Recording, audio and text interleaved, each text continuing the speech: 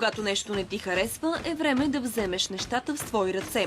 Водени от тази мисъл, възпитаниците на Френската гимназия в София решават да вдъхнат нов живот на коридорите в своето училище. Идеята се ражда спонтанно. Един ден просто седяхме и защото бяхме седнали на пода. И като цяло беше много студено и почнахме да си мечтаем как може да седнем някъде реално на мебел.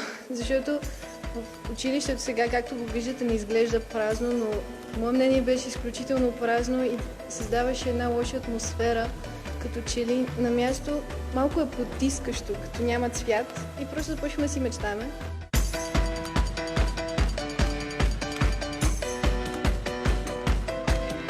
Постепенно мечтата се превръща в реалност, а зад реализацията й стои желанието за промяна. На корково табло всеки ученик поставя своите идеи как трябва да изглеждат идеалните училищни коридори. Всички закачаха различни листчета с предложения. Като имаше много интересни за дюнерджийници, книжарници, кафе-машини, хамаци в коридорите. Естествено, някои не са толкова приложими, колкото други. Първоначално тинейджерите искали да променят таванското помещение в гимназията. По-късно обаче решили, че трябва да помислят за коридорите, през които всички преминават. Понеже прекарваме толкова много време от живота си в училище, това трябва да е една приятна среда за всички, а не да се чувстваме сякаш сме в някакъв затвор, който да изглежда скучен и негостоприемен за нас.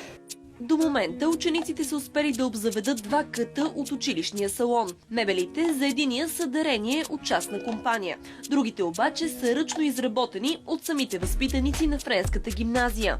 Изшлайфани са палетите, после са сглобени на дивани, отрязани са, гумите са отцветени и така нататък. Снимките по стените са налепени, те ни отняха 3 дена да ги налепим всичките.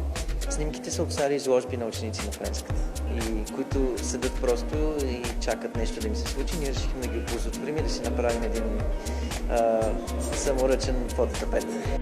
Ръководството на училището застава зад идеята на своите възпитаници. Директорът на гимназията споделя, че отдавна иска коридорите да бъдат обновени, но средствата обикновено отивали за друг тип ремонти.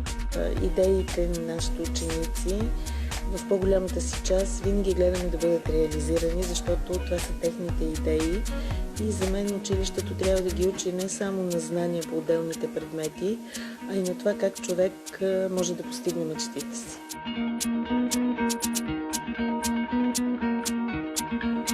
Учениците, които вдъхнаха нов живот на коридорите във Френската гимназия, скоро ще завършат. Въпреки това се надяват направеното от тях да се пази и да послужи за пример на други училища. Решихме, че не трябва да мислим за това колко време ние ще го гледаме. За нас е важно и след това някой да го поддържа, за да видят всички училища. Амбицията на учениците е да изградят още 2 къта на територията на Френската гимназия. За целта следващия месец ще направят концерт, с който се надяват да съберат нужните средства.